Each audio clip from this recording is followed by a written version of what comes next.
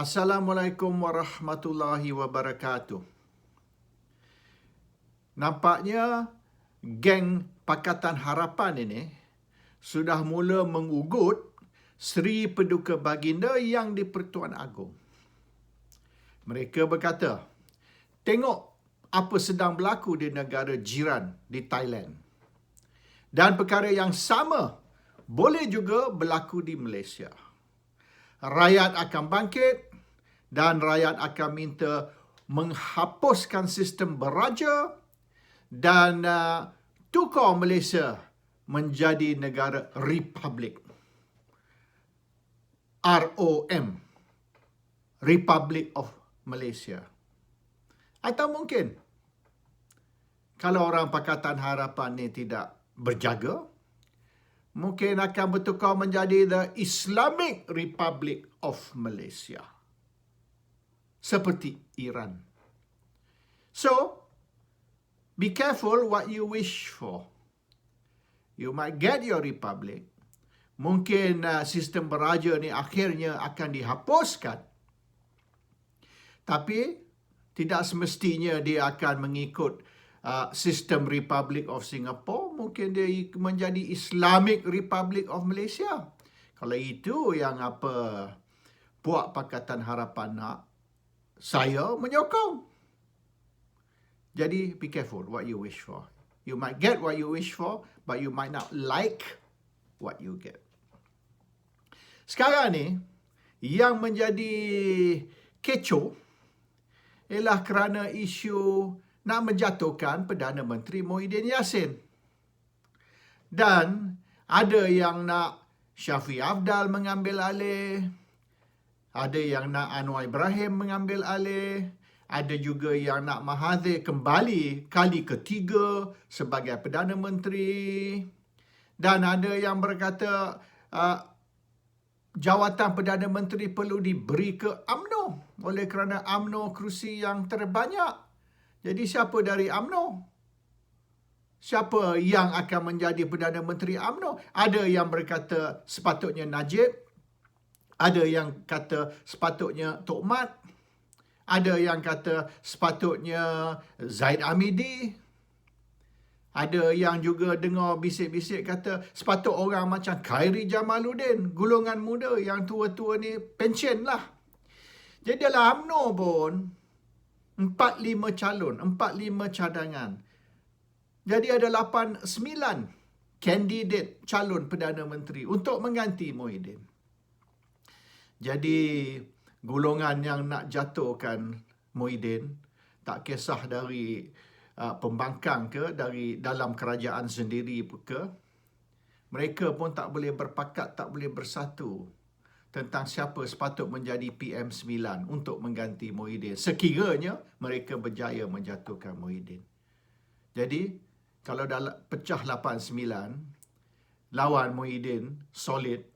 Kalau PAS dan Melayu Islam lain di dalam perikatan menyokong Muhyiddin, susahlah nak jatuhkan. Tapi yang lebih penting, kita mengkaji.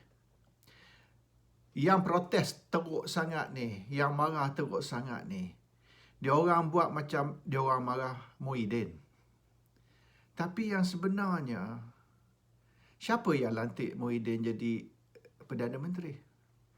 Hujah mereka ialah, ini bukan pilihan rakyat. This is not the people's mandate. Bukan rakyat yang memilih Muhyiddin menjadi Perdana Menteri.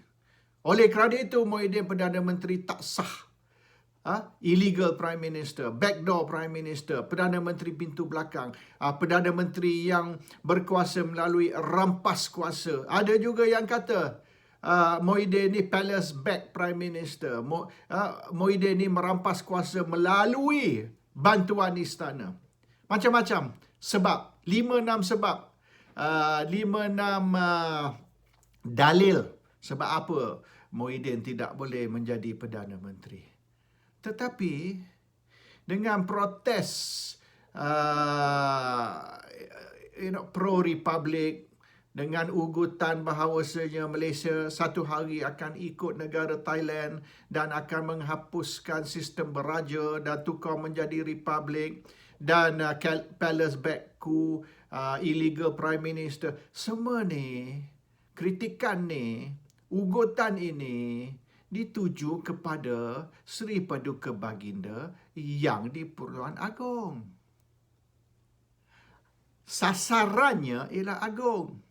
Kritikan terhadap Agong. Mereka kutuk Agong kerana Muhyiddin menjadi Perdana Menteri. Jadi yang sebenarnya, attack terhadap Muhyiddin, serangan terhadap Muhyiddin, indirectly, secara tak langsung, ialah attack terhadap Agong. Oleh kerana Undang-Undang Malaysia, di mana sekira kita attack Agong, attack mana-mana raja-raja Melayu, dianggap sedition, hasutan, maka undang-undang tindakan undang-undang akan diambil terhadap orang tersebut. Jadi mereka tidak bolehlah direct attack Agong. Mereka indirect, secara pintu belakang, mereka attack Agong melalui attack Muhyiddin. Jadi sekira Muhyiddin ni Perdana Menteri tak sah, sekira illegal Prime Minister, sekira backdoor Prime Minister, sekira bukan mandat rakyat dan sebagainya, kesalahan tersebut dilakukan oleh Agong. Muhyiddin tidak melantik diri dia sendiri menjadi Perdana Menteri. Muhyiddin tidak melantik dia sebagai Perdana Menteri. Yang melantik Muhyiddin sebagai Perdana Menteri ialah Agong. Jadi kalau salah lantikan Muhyiddin, maka salahlah orang yang melantik dia, iaitu Agong. Kalau satu jenayah telah dilakukan dengan pelantikan Muhyiddin sebagai Perdana Menteri, penjenayah tersebut ialah Agong.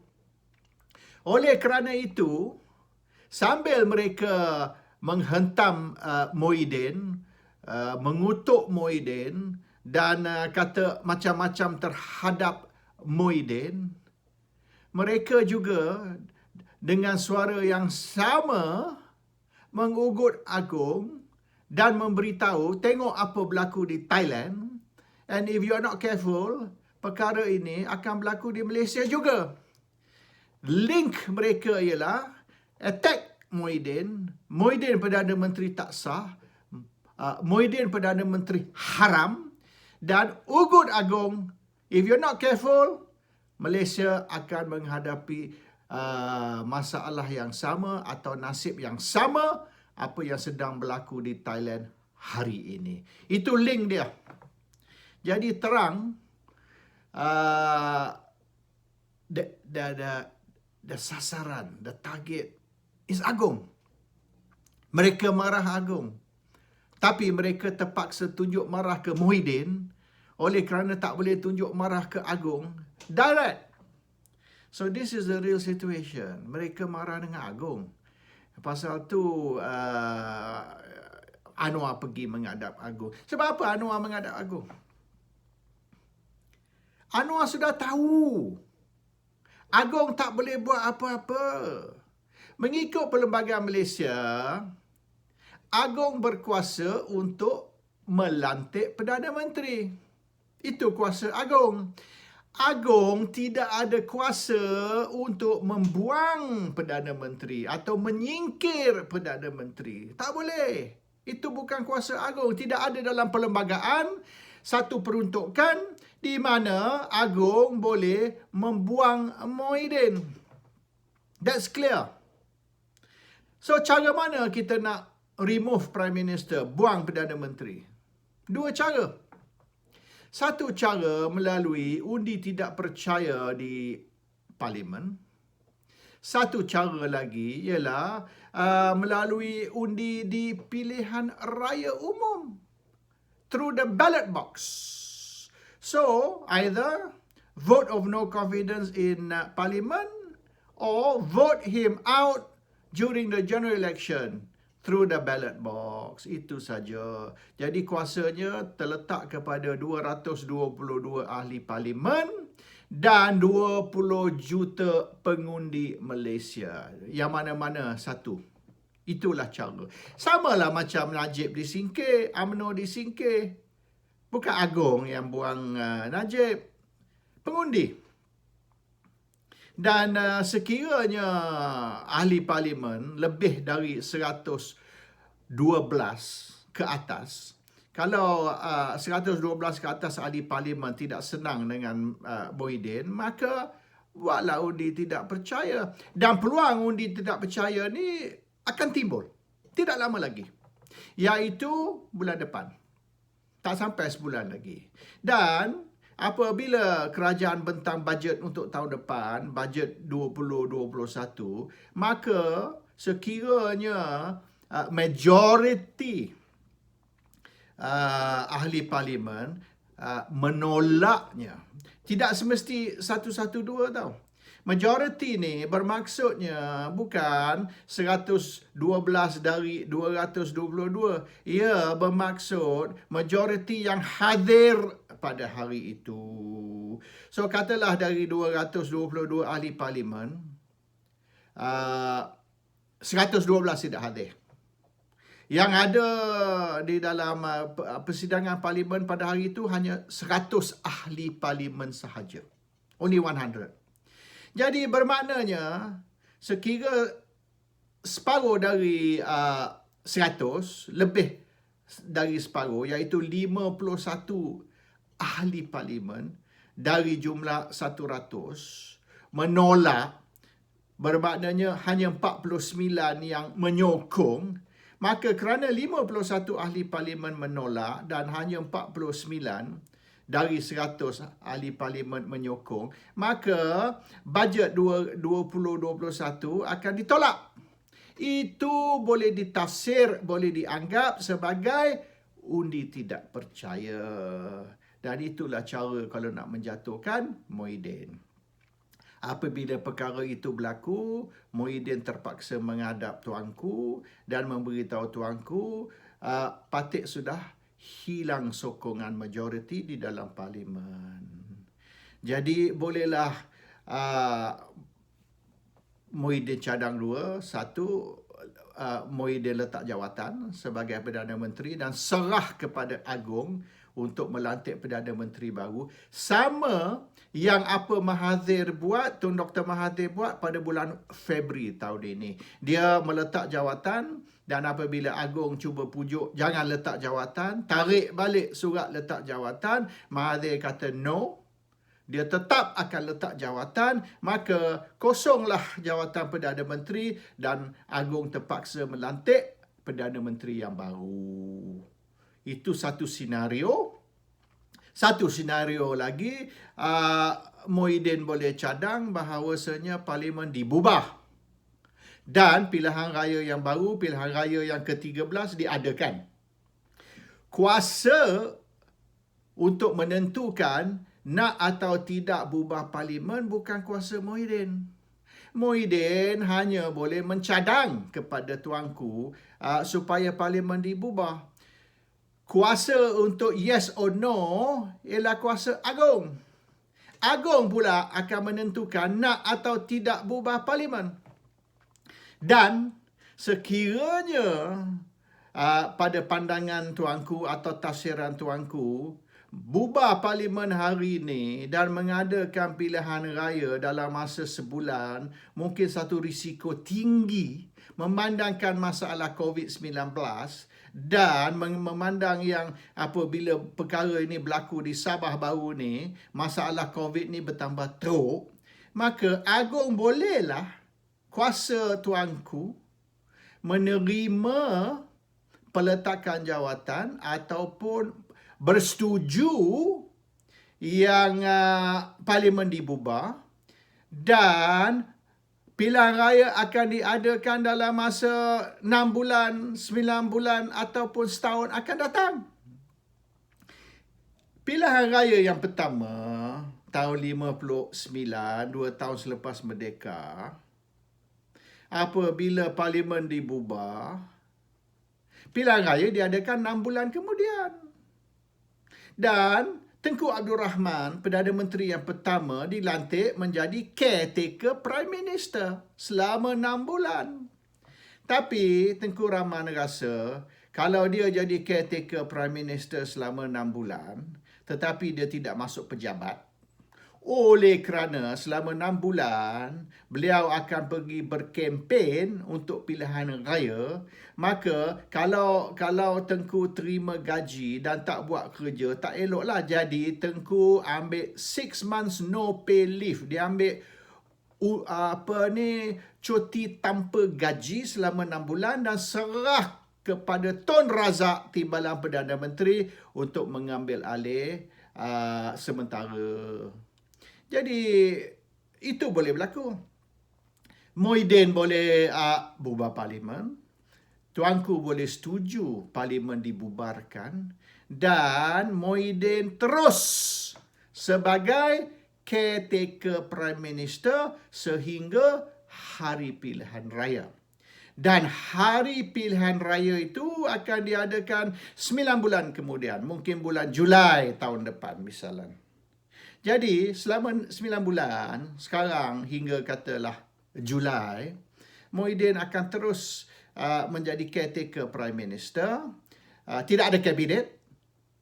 Sebab apabila parlimen dibubar, kabinet tidak wujud lagi. Tidak ada menteri kesihatan, menteri apa sekalipun. Bermaknanya Muhyiddin sebagai caretaker Prime Minister menjadi menteri kepada semua di bawah Muhyiddin. Dia seorang. Tak adalah mana-mana menteri lagi. Sebab apabila parlimen dibubar, the cabinet no longer exists. And Muhyiddin will run the country all on his own dengan kuasa yang telah diberi oleh Agong. So, nak ke undi tak percaya? Nak ke parlimen dibubar? Ini akan memberi lebih kuasa kepada Muhyiddin. Muhyiddin tidak perlu lagi mentadbir negara dengan kabinet. Seorang diri, macam raja-raja dulu sebelum merdeka, Muhyiddin boleh mentadbir negara dan cuma Muhyiddin lapor mungkin setiap minggu kepada Agong perkembangan terkini.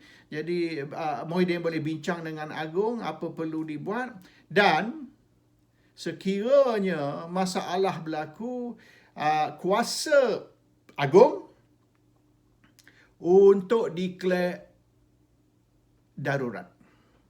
Dan yang sebenarnya, Malaysia pun sudah ada di dalam keadaan darurat.